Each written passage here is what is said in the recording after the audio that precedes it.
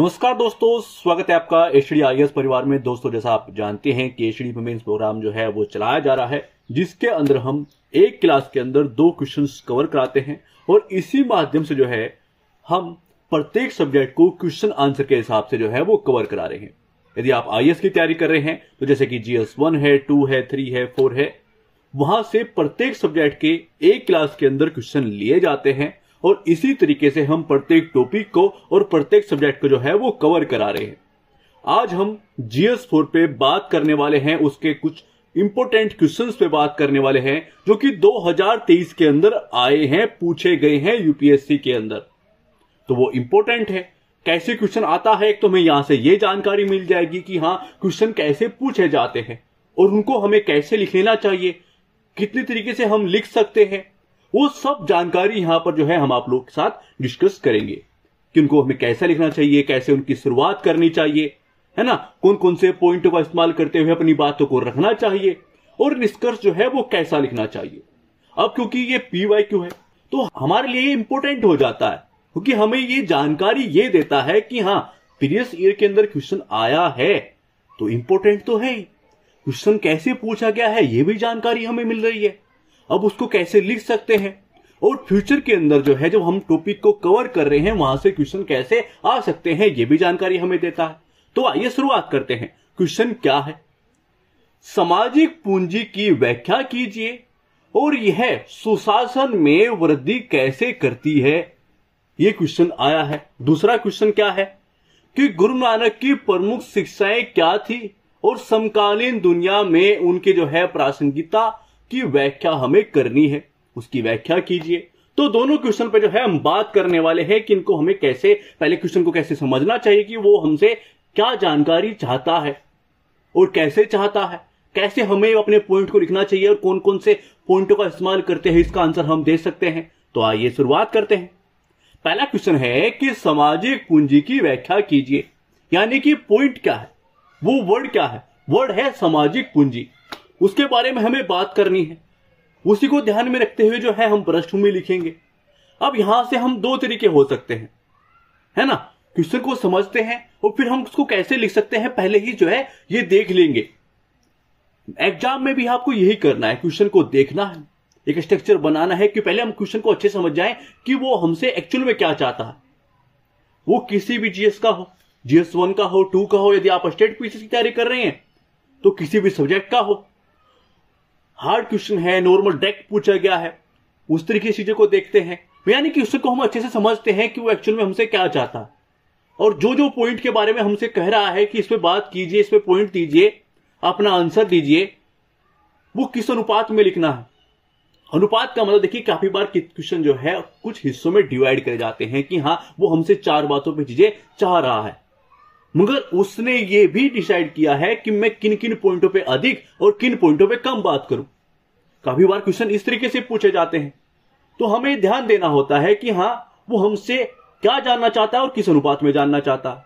अब देखिए ये क्वेश्चन है कि सामाजिक पूंजी की व्याख्या कीजिए और यह सुशासन में वृद्धि कैसे करती है, इस बारे में हमें बात करनी है। अब नॉर्मल सी बात है कि हम 2 तरीके से चीजों को देख सकते हैं। पहला क्या कि हम जो है क्वेश्चन हमने देख लिया है कि वो पहले सामाजिक पूंजी की बात कर रहा है, उसके बारे में हमसे पूछ रहा है कि इसकी व्याख्या कर दीजिए, ठीक है, एक नॉर्मल सी बात हो गई। दूसरी बात क्या है कि यह सुशासन में वृद्धि कैसे करती है, इसके बारे में बात करने कैसे चीजों कनेक्ट है और कैसे इसमें जो है वो वृद्धि करती है, नॉर्मल सी बात है, ये भी पॉइंट हो गया। अब हम इसको लिख कैसे सकते हैं? एक तो शुरुआत ये होगी कि सीधी पृष्ठभूमि लिखें, उसी के अंदर हम बताएं कि सामाजिक पूंजी का एक्चुअल में क्या है, उसी के अंदर बताएं। दूसरा तरीका यह हो गया कि हम नॉर्मल से एक पृष्ठभूमि लिखें, जो है क्वेश्चन के हिसाब से एक शुरुआत कर दें, उसके बाद जो है व्याख्या लिखें किस चीज की, सामाजिक पूंजी की, और उसके बाद बताएं कि ये कैसे जो है सुशासन में वृद्धि करती है, उसके बाद निष्कर्ष पे जाए। तो 2 तरीके हो सकते हैं हमारे, है ना। तो किसी भी क्वेश्चन को हम काफी तरीके से लिख सकते हैं। ये बात हमें देख लेना चाहिए कि हाँ हमारे लिए क्या इंपॉर्टेंट है। अब ये कैसे पता चलता है? वर्डिंग का हिसाब भी होता है कि हमें ये कितने वर्ड के अंदर लिखना है। अब मान लीजिए हम कम वर्ड के अंदर जो है इसी क्वेश्चन का आंसर देना है, 100 में देना है, 120 में देना है, 150 के अंदर देना है ना, 150 के अंदर ये क्वेश्चन आया है। अब हो सकता है स्टेट पिक्चर्स में या फिर से जो है कहीं अन्य जगह पर ये 100 120 क्वेश्चन जो है वर्ड के अंदर पूछा जाए। तो वहां हमें देखना है कि हम कैसे चीजों को, वर्ड को कम कर सकते हैं और अपनी पूरी बात को बता सकते हैं कि हमने पूरी बात को भी बता दिया, लिख दिया, और वर्ड को भी जो है उसी चीज में लेके आए कि हाँ 150 में लिखना है तो 150 में लेके आए, 120 में लिखना है तो 120 के हिसाब से अपने पॉइंट लिखे, अपनी तरीके अपनी बातें रखी। तो सामाजिक पूंजी की हम बात कर रहे हैं, तो सामाजिक पूंजी को जो है हम पृष्ठभूमि के अंदर ही देख लेंगे कि बता देंगे कि जो है सामाजिक पूंजी ये है। और ये फिर हम बात करेंगे बाद में किस पॉइंट की, कि सुशासन में वृद्धि कैसे करते हैं, उसके पॉइंट दे देंगे और फिर निष्कर्ष पे चलेंगे। तो आइए शुरुआत करते हैं। सामाजिक पूंजी में व्यक्तियों या समूह को जो है उनके सामाजिक नेटवर्क और रिश्तों से प्राप्त होने वाले लाभ शामिल है, जिनमें जो है विश्वास, सहयोग, संसाधन, साझाकरण और समर्थन शामिल है। यह व्यक्तिगत और सामूहिक जो है कल्याण को बढ़ावा देता है, अवसरों को जो है वो प्रभावित करता है और सामुदायिक गतिशीलता को आकार देता है। करियर में उन्नति से लेकर जो है सामुदायिक लचीलापन और सामाजिक एकजुटता तक जीवन के विभिन्न पहलुओं में महत्वपूर्ण भूमिका निभाता है। अब ये कैसे वृद्धि करता है, ये सेकंड पॉइंट की चीजों पे हम जाएंगे। हमें बात की सामाजिक पूंजी की, ठीक है, अब इसके बारे में बात हो गई। आइए वो पॉइंट देख लेते हैं कि ये कैसे भूमिका निभाता है महत्वपूर्ण। तो वो कौन कौन से पॉइंट हमारे हो गए हैं उसके बारे में बात करते हैं, क्योंकि वो बहुत इंपॉर्टेंट है। क्योंकि जब हम GS4 की बात करते हैं तो वहां पर जो है वर्डिंग का ध्यान रखना होता है कि हम अच्छे वर्ड का जो है वो चूज करें और उनका यूज करें अपनी आंसर राइटिंग के अंदर। तो वो आपको पढ़ना, वो तैयार करना कि हाँ हम सामाजिक पूंजी की बात कर रहे हैं, हम सुशासन की बात कर रहे हैं।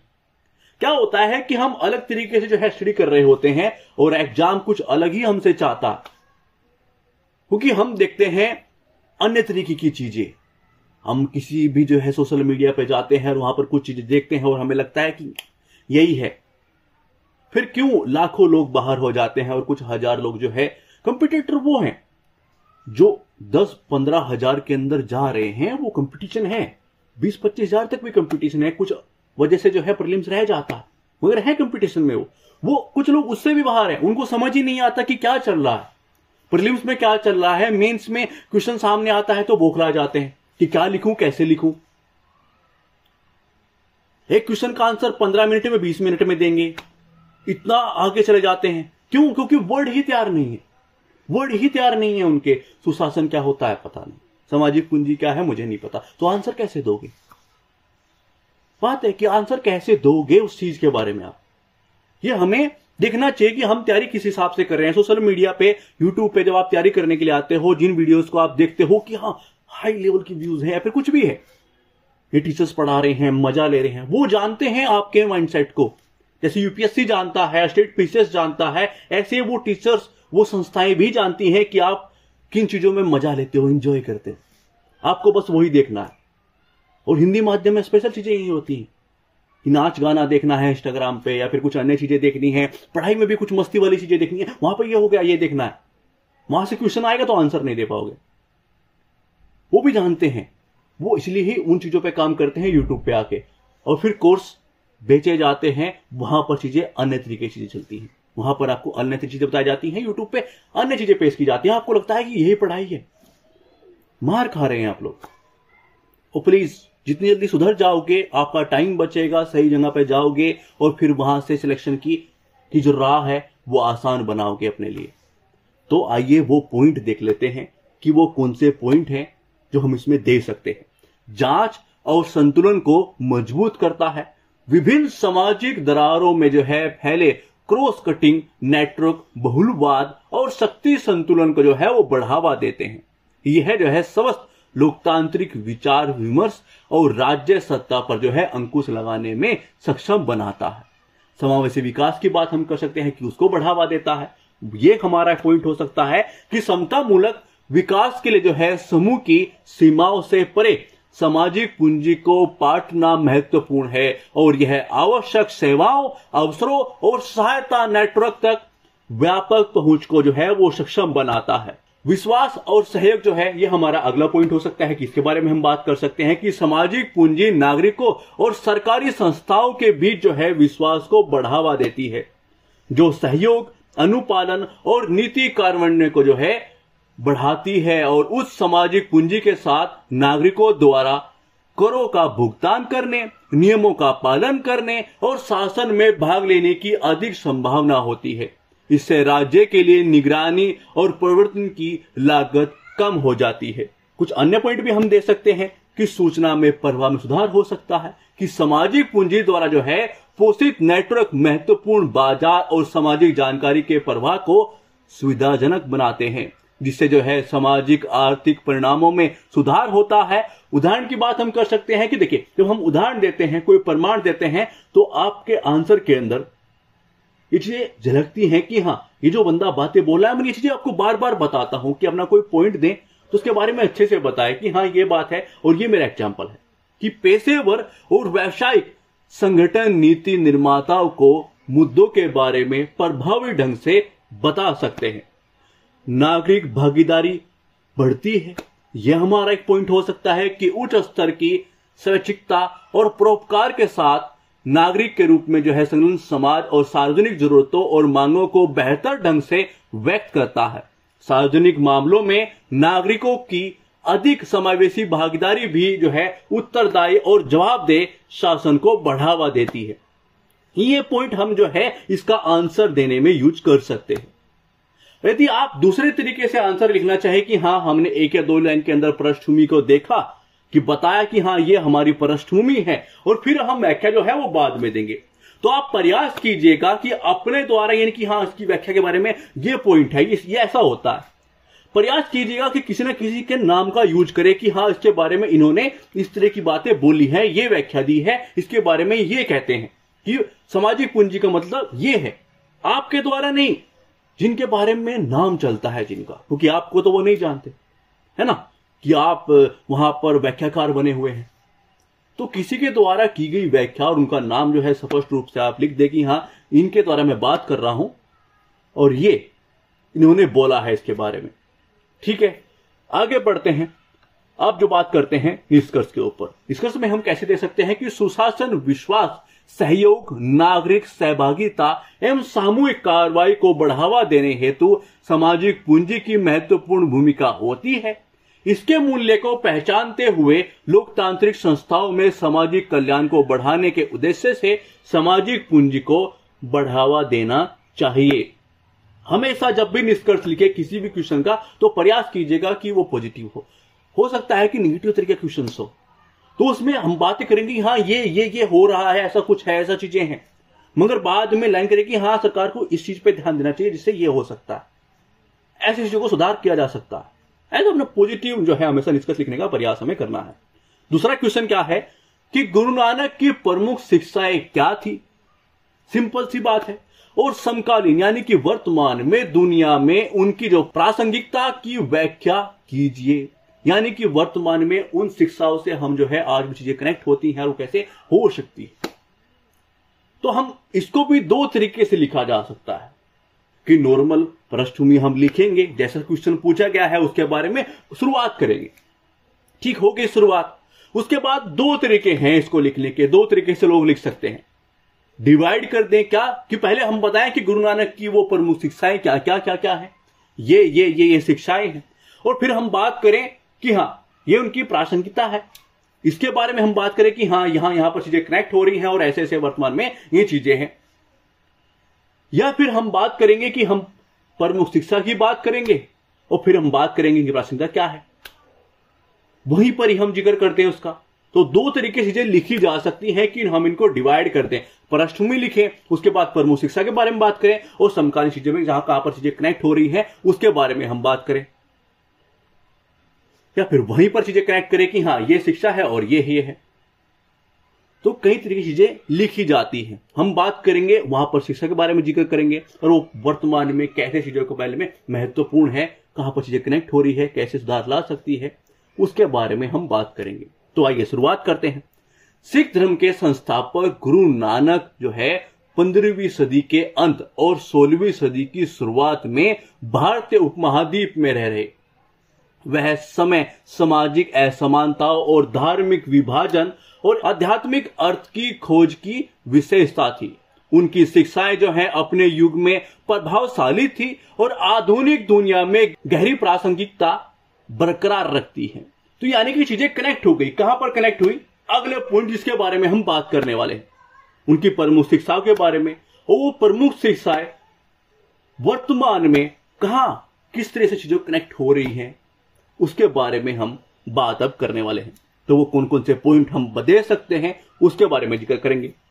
समानता और सामाजिक न्याय हमारा पहला पॉइंट होगा कि गुरु नानक ने जो है समानता का समर्थन करने के साथ सिख धर्म में न्याय, लैंगिक समानता, सेवा भाव जैसे जो है मूल्यों को प्रेरित किया है। वर्तमान में दुनिया में उनकी जो है शिक्षाएं भेदभाव एवं असमानता के खिलाफ हमारे संघर्ष में आशा की किरण जो है वो बनी हुई है। यानी कि हमने उनकी एक प्रमुख शिक्षा के बारे में बात की और फिर वो आज वर्तमान में दुनिया में हमें कैसे जो है वो दिखा रही है, हमारा मार्गदर्शन कर रही है, उसके बारे में हम बात कर रहे हैं, है ना। तो वो कैसी चीजें कनेक्ट होती हैं वहीं पर ही हम बता रहे हैं कि हाँ ये हमारा पॉइंट है। आप इसको दूसरे तरीके से भी लिख सकते हैं। हम आपको सारी चीजों के बारे में बताएंगे कि हम मान लीजिए हम पॉइंट दे रहे हैं समानता और सामाजिक न्याय का, वहीं पर हम बताएं कि हाँ इसकी ये प्रासंगिकता है ना, उसके बारे में वहीं पर बता दें कि हाँ ये पॉइंट है और ये इसकी ये। तो ऐसा भी हो सकता है ना। और दूसरा तरीका मैंने आपको बता ही दिया है। अगला पॉइंट देखते हैं, निस्वार्थ सेवा। गुरु नानक ने जो है सेवा भाव को बढ़ावा दिया है और मानवता हेतु निस्वार्थ सेवा, करुणा, परोपकारिता और जिम्मेदारी की उनकी भावना आज भी जो है प्रासंगिक है। अब आप सोच रहे होंगे कि फिर आपने दूसरा तरीका यूज क्यों नहीं किया। वो उसके दो कारण हैं। फर्स्ट का, एक तो वर्ड की लिमिट होती है, उस तरीके से जो है क्या होता है वर्ड अधिक लगते हैं। यानी कि पहले आप प्रमुख शिक्षा के बारे में जिक्र करोगे और फिर जो है बाद में आप प्रासंगिकता के बारे में जो है वो जिक्र करते हैं कि ये पॉइंट हमारे 4-5 पॉइंट ये हो गए और 4 पॉइंट तरीके से यहां पर चीजें कनेक्ट हो रही हैं। ऐसा आप करोगे। दूसरा थोड़ा सा अच्छा सा नहीं लगता कि हाँ वो चीजें अलग है, क्योंकि आपस में एक साथ होनी चाहिए कि हाँ वो मूल शिक्षाएं क्या है और वर्तमान में जो है वो कैसे हमारा मार्गदर्शन कर रही है, कैसे जो है वो हमारे लिए महत्वपूर्ण है ना। तो वहीं पर इस चीजों के बारे में बताना चाहिए कि ये पॉइंट है और ऐसे महत्वपूर्ण, ये पॉइंट है और ऐसे हमारा मार्गदर्शन करती है, ऐसे हमें चीजों के बारे में बताती है, समझाती है, जो भी है जैसे भी कनेक्ट हो रही है उसके बारे में वहीं पर चीजें खत्म करना। ठीक है, आगे बढ़ते हैं। अंतर धार्मिक संवाद के बारे में बात करते हैं। अगला हमारा पॉइंट है कि गुरु नानक ने संवादों के माध्यम से अंतर धार्मिक सद्भाव को बढ़ावा देने के साथ विविधता में एकता पर जोर दिया। उनकी शिक्षाएं जो है वैश्विक शांति और सह अस्तित्व के लिए महत्वपूर्ण है।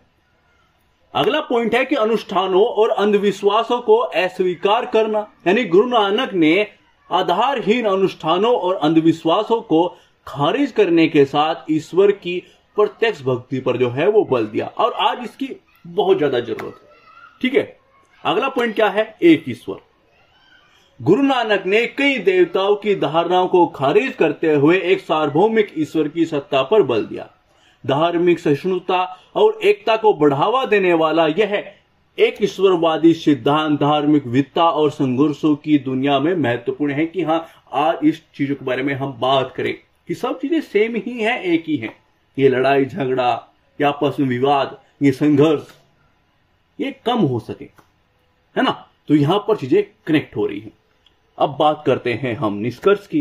निष्कर्ष क्या है कि करुणा, समानता, आध्यात्मिकता पर आधारित गुरु नानक की जो शिक्षाएं हैं वो समकालीन दुनिया की जटिलताओं से निपटने के लिए एक अस्थायी कालातीत मार्गदर्शक प्रदान करती है और उनका ज्ञान एक सार्वभौमिक संदेश प्रदान करता है जो कि व्यक्ति और समाजों को अधिक न्यायपूर्ण, दयालु और सामंजस्यपूर्ण दुनिया बनाने के लिए प्रेरित करता है, जिससे उनकी जो शिक्षाएं हैं वो हमारे आधुनिक युग की बहुमुखी चुनौतियों का समाधान करने में अत्यधिक प्रासंगिक, अपरिहार्य हो जाती हैं, है ना। उनके बारे में हमें बता दें कि हाँ ऐसे निष्कर्ष लिखा जा सकता है और बहुत सारे तरीके हैं जिससे निष्कर्ष जो है वो छोटा भी बनाया जा सकता है।